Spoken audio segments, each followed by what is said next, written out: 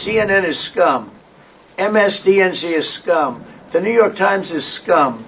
They're bad people. They're sick.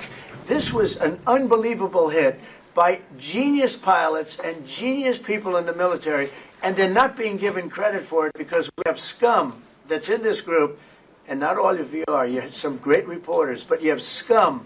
CNN is scum. MSNBC is scum. The New York Times is scum. They're bad people. They're sick. And what they've done is they're trying to make this unbelievable victory into something less. Now, even they admit that it was hit very hard, okay? But it wasn't hit hard. It was hit brutally, and it knocked it out.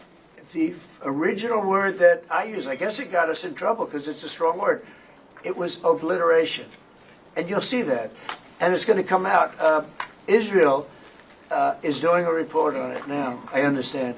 And I was told that they said it was total obliteration. You know, they have guys that go in there after the hit, and they say it was total obliteration.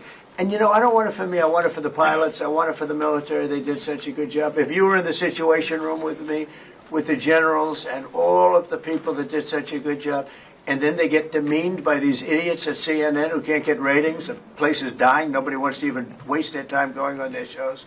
So they form with the New York Times, who's dying also.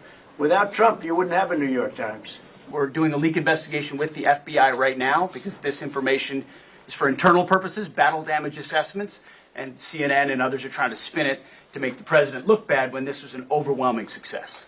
We had a tremendous success, and this is the New York Times. I call it the failing New York Times. It's going to hell. And CNN, which, as you know, very few people are watching. And you would think they'd do the opposite. You would think they'd want to say, this was an unbelievable success. And the thing that hurts me is it's really demeaning to the pilots and the people that put that whole thing together, the generals. That was a perfect operation.